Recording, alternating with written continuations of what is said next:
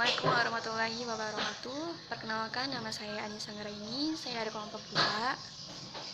Pada kesempatan kali ini saya akan membahas tentang pembelajaran IPS berbasis masalah. Baik, ini saya akan membahas tentang bab 3, pembelajaran IPS berbasis masalah. Untuk mempersingkat waktu, kita langsung aja masuk ke materinya. Konsep dasar pembelajaran berbasis masalah. Nah, sebelum kita masuk ke konsep dasar berbasis masalah ini, kita wajib tahu dulu apa itu ilmu pengetahuan sosial, atau sering kita dengar itu dengan IPS. Nah, IPS ini adalah sebuah kajian yang cakupannya luas, yaitu mencakup gejala-gejala dan masalah-masalah sosial. Nah, adapun cabang ilmu-ilmu sosial, nah itu seperti sosiologi, sejarah, geografi, ekonomi, politik, hukum, dan budaya. Nah, itu merupakan cabang ilmu-ilmu sosial. Terus selanjutnya, setelah kita mengetahui apa itu IPS, kita masuk ke tujuan pembelajaran ilmu sosial. Nah, apa saja tujuannya? Yaitu mengembangkan potensi peserta didik agar mereka peka terhadap kehidupan sosial masyarakat. Kita tadi sudah mengetahui apa itu IPS dan tujuan mempelajari IPS. Nah, jadi dari tujuan pembelajaran IPS ini kita itu dapat memberikan contoh-contoh real, contoh-contoh yang nyata kepada siswa. Nah, supaya apa? Supaya siswa ini bisa berpikir kritis, mampu memecahkan masalah, memperoleh pengetahuan dan konsep esensialnya.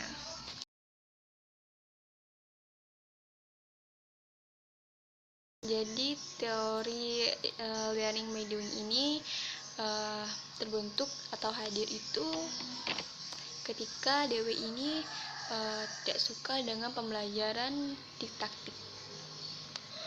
Intinya pembelajaran metode learning by doing ini dia itu membuat siswa menjadi aktif. Terus di dalam pembelajaran itu juga akan muncul berupa sejenis praktek. Jadi dalam pembelajaran itu juga ada praktek yang langsung. Jadi tidak hanya sekedar mendengarkan, membaca, merangkum, namun siswa juga turut aktif dalam kegiatan. Itu adalah para pendidik seharusnya mempertemukan sedekat mungkin kehidupan kelas dengan dunia luar. Ya, menurut saya pribadi memang siswa itu memang wajib peka atau menyatu dengan kehidupan sosial. Karena dari situlah siswa belajar sesuatu hal yang baru mengenai kehidupan mereka. Jadi tidak hanya terpaku pada pembelajaran di kelas, namun siswa juga turut aktif di kehidupan masyarakat. Nah, dalam kehidupan masyarakat ini siswa akan berkembang. Kenapa? Karena dalam masyarakat ini tentunya akan mendapatkan sebuah pembelajaran yang baru. Terjadinya eksperimen-eksperimen, percobaan-percobaan. Nah, inilah yang akan melahirkan suatu konsep dari metode yang akan kita bahas nanti, atau metode yang sekarang ini kita bahas, yaitu pemecahan masalah. Makanya metode pemecahan masalah ini sangat berkaitan, sangat bergantungan dengan kehidupan sosial, atau lebih tepatnya itu kepada terjun langsung ke masyarakatnya, terjun langsung ke dunia luarnya. Karena dari itu siswa akan belajar secara langsung, belajar tentang masalah-masalah konkret, masalah nyata, dan itu membuat siswa menjadi berkembang. Nah, adapun tujuan utama dalam pembelajaran yaitu mencapai pemahaman dan motivasi belajar. Nah, selanjutnya pengalaman masa kini sebagai bekal pengalaman masa depan oleh Dewi disebut sebagai experiential continuum atau rangkaian pengalaman yang berkelanjutan. Nah, di sini ada prinsip kesinambungan pengalaman yang telah berjalan di sebelumnya dan mengubah dengan cara tertentu kualitas yang datang sesudahnya. Nah, kondisi objektif atau lingkungan ini merupakan penentu bagaimana manusia atau anak didik dapat memperoleh pengalaman yang bermakna, yaitu pengalaman yang membawa ke arah pertumbuhan. Jadi antara lingkungan dan manusia itu terdapat hubungan yang dimulai dengan apa yang kita kenal dengan namanya interaksi. Jadi hubungan dari lingkungan dan individu ini terkenal dengan interaksi terhadap lingkungan, interaksi terhadap sesama. Jadi ini saling berkaitan. Makanya terjadinya kesinambungan dan interaksi dalam kesatuan aktif yang memberi ukuran, makna, dan pengalaman yang eduktif. Jadi merupakan prinsip dasar pembentukan pengalaman. Nah, ini secara jelasnya Dewi beranggapan bahwa pengalaman terbentuk itu berdasarkan hasil interaksi. Jadi, pengalaman itu pasti adanya interaksi. Baik itu interaksi dengan masyarakat, dengan alam, dan itu kemudian memunculkan situasi. Haruslah dibawa dengan kontrol sosial yang berlaku. Jadi, apa yang didapatkan siswa itu menjadi sesuatu yang bermakna. Nah, selanjutnya dalam tulisannya The Child and Curriculum, Dewey membangun sebuah teori belajar dengan menempatkan anak didik sebagai social active human being atau manusia yang aktif secara sosial. Artinya, ini belajar secara langsung, jadi terlibat secara langsung apa yang dia pelajari, misalnya kayak mengeksplor lingkungan.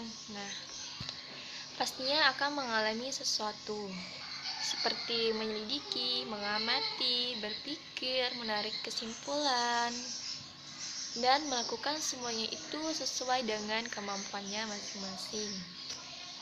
Nah, kemudian siswa juga bekerja secara kelompok, secara mandiri, bersosialisasi dengan lingkungan, dengan teman, maka akan terbentuklah pengalaman bekerja sambil belajar. Nah, selanjutnya, pembelajaran menurut Dewey itu harus melibatkan kemampuan akal dan mental siswa dan juga gerak tubuh secara harmonis. Maka dari itu, sangat dibutuhkan sebuah pengalaman yang berasal dari aktivitas siswa ke kehidupan yang konkret. Nah, selanjutnya adalah sekolah. Nah, sekolah menurut Dewey merupakan kehidupan mikrokosmis dan komunitas sosial yang besar, yaitu masyarakat. Nah, jika diatur dan aktivitas bersumber pada kehidupan nyata. Jadi, sekolah ini juga dikaitkan interaksinya dengan kehidupan nyata atau kehidupan masyarakat, seperti pada pengertiannya, yaitu merupakan kehidupan mikrokosmis komunitas sosial yang besar, yaitu masyarakat. Maka kehidupan nyata mereka adalah di masyarakat, jadi sangat berkaitan gitu dengan sekolah dan masyarakat. Selanjutnya, pendekatan belajar oleh Dewey dalam rangka learning by doing adalah pembelajaran berbasis masalah. Nah, jadi sebaiknya kita sebagai seorang guru itu setelah menyampaikan teori, setelah menyampaikan pembahasan, langsung nih dengan praktek yang langsung, kalau perlu disertai dengan media agar siswa itu mudah. Misalnya pada pelajaran matematika, guru ini menyajikan satu materi berkaitan dengan pengurangan. Nah, agar lebih paham lagi siswa terhadap pembelajaran pengurangan ini, alangkah baiknya jika guru itu memberikan satu media, satu rumusan pembelajaran agar siswa itu mudah. Jadi tidak hanya sains teori, tapi siswa juga akan menangkap konsep dari pelajaran itu. Selanjutnya, siswa belajar langsung dan berinteraksi langsung. Nah, siswa belajar langsung dan berinteraksi langsung. Nah, kenapa tidak? Karena dalam suatu praktek ini, pastinya siswa akan mencoba langsung, terjun langsung, sehingga pengalaman yang dia dapat itu lebih bermakna, lebih dapat daripada hanya sekedar memberikan teori saja. Terus, learning by doing. Nah, mengembangkan aspek kognitif dan berdampak terhadap afektif. Nah, jadi learning by doing ini adalah suatu aktivitas belajar yang melibatkan baik secara langsung baik fisik maupun mental. Jadi pembelajaran ini dapat mengembangkan pengetahuan kognitif dan afektif. Kenapa? Karena siswa ini berkaitan langsung dengan subjeknya, berkaitan langsung dengan subjek yang ia pelajari. Maka dari itu muncullah pengalaman-pengalaman siswa yang berkaitan dengan dirinya yang ia temui sendiri. Karena metode learning by doing ini merupakan suatu hal yang penting, sebagai salah satu cara siswa mendapatkan pengetahuannya dengan cara melakukan secara langsung, terlibat langsung, berinteraksi langsung. Selanjutnya adalah pembelajaran berbasis masalah menurut para ahli. Yang pertama menurut Duk dalam Al-Mukhtar. Nah, mengemukakan bahwa metode instruksional memiliki ciri utama yang pertama, menjadikan masalah aktual atau nyata sebagai konteks berpikir kritis. Nomor 2, memperoleh pengetahuan yang mendalam. Terus, menurut MC Cormick, bahwa berdasarkan konteksnya, 1. Sebagai metode belajar yang memfasilitasi belajar aktif. Yang kedua, sering dipakai dalam MTK atau ilmu alam. Jelas. Yang ketiga, kemampuan umum untuk berhubungan dengan situasi yang bermasalah. Yang keempat, sebuah investigasi empirik.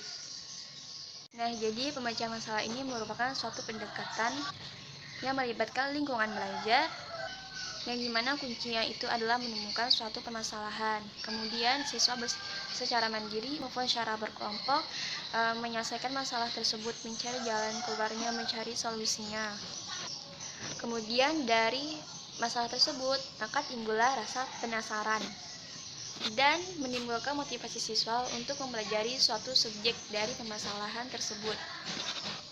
Nah, dengan cara seperti ini dapat membuat siswa itu berpikir secara kritis, membuat siswa itu lebih aktif.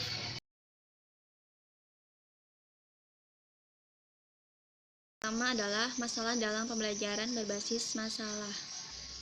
Nah, masalah dalam pembelajaran berbasis masalah adalah masalah yang bersifat terbuka. Jadi masalah ini yang sifatnya itu terbuka. Artinya, jawaban dari masalah tersebut itu tuh belum pasti. Setiap orang itu bisa berbeda, memberikan kesempatan pada peserta didik untuk bereksplorasi, mengumpulkan dan menganalisis data secara lengkap untuk memecahkan masalah yang dihadapi. Nah, terus poin kedua adalah hakikat masalah dalam pembelajaran berbasis masalah. Nah, pada ini, hakikat ini, masalah dalam pembelajaran berbasis masalah adalah gap atau kesenjangan antara situasi nyata atau kondisi yang diharapkan. Kesenjangan tersebut bisa berupa keresahan, keluhan, kerisauan, atau kecemasan. Nah, karena itu materi pelajaran atau topik tidak terbatas pada materi pelajaran yang bersumber dari peristiwa-peristiwa tertentu sesuai dengan kurikulum yang berlaku. Belajar. Selanjutnya, pendekatan pembelajaran ini berbasis masalah ini merupakan cara belajar yang mengembangkan kemampuan berpikir analitik dan kritis. Nah, mereka akan menyadari bahwa menyelesaikan suatu permasalahan merupakan sebagai bentuk proses dalam belajar. Membutuhkan keterampilan mengumpulkan, menyeleksi informasi yang variatif, memahami fakta-fakta dan berpikir kritis. Serta siswa juga akan termotivasi untuk menyelesaikan suatu permasalahan, baik itu masalah pribadi maupun masalah sosial. Terus belajar teknik pemecahan masalah. Nah, pembelajaran pemecahan masalah ini akan efektif jika didukung oleh faktor-faktor pendukung seperti adanya perencanaan, efektifnya waktu, terus sumber belajar, media belajar, dan pengelolaan kelas serta teknologi yang mendukung. Dan perencanaan waktu itu juga harus efektif dengan kemampuan siswanya.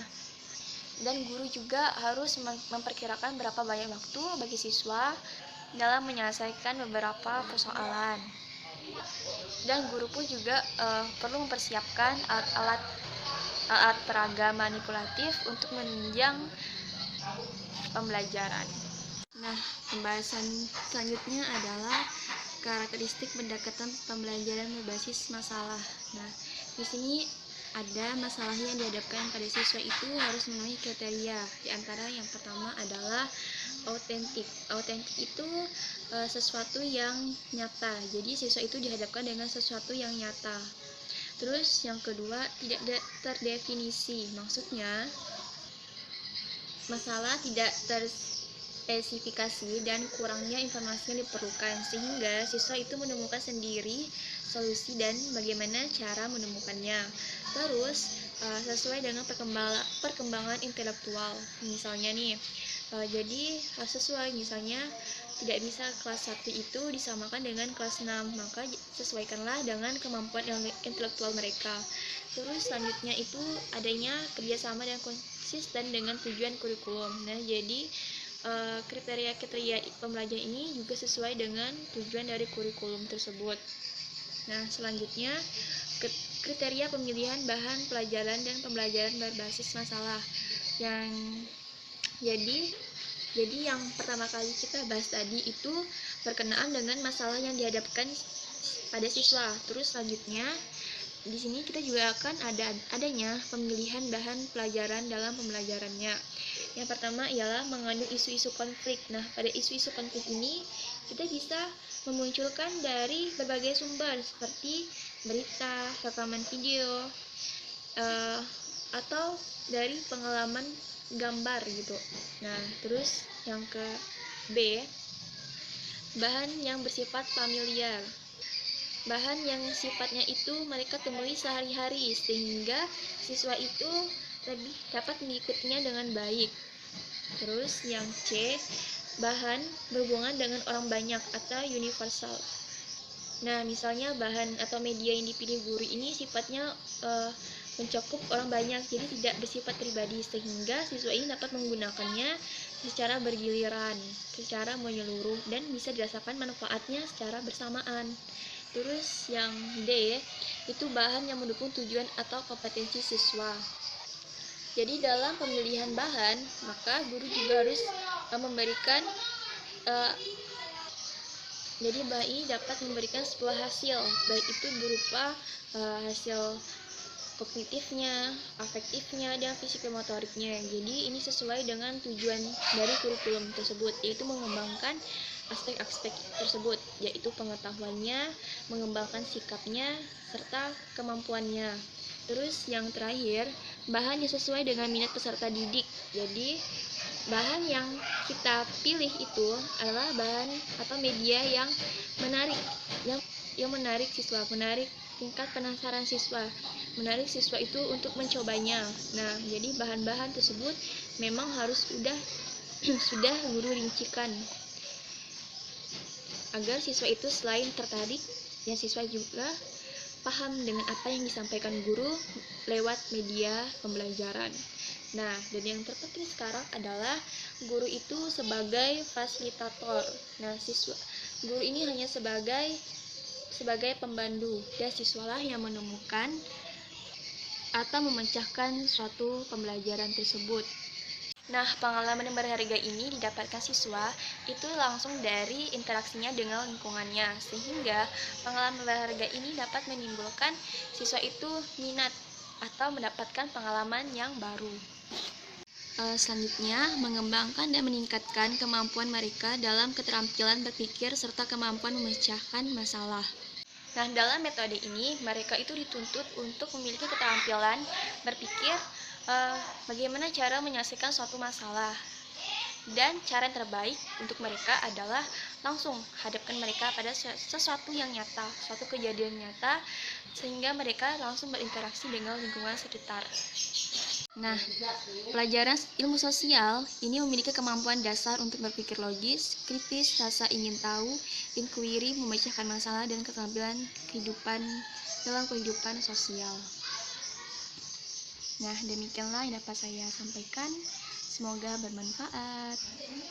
Oke, demikianlah materi yang dapat saya sampaikan, yaitu tentang pembelajaran IPS berbasis masalah.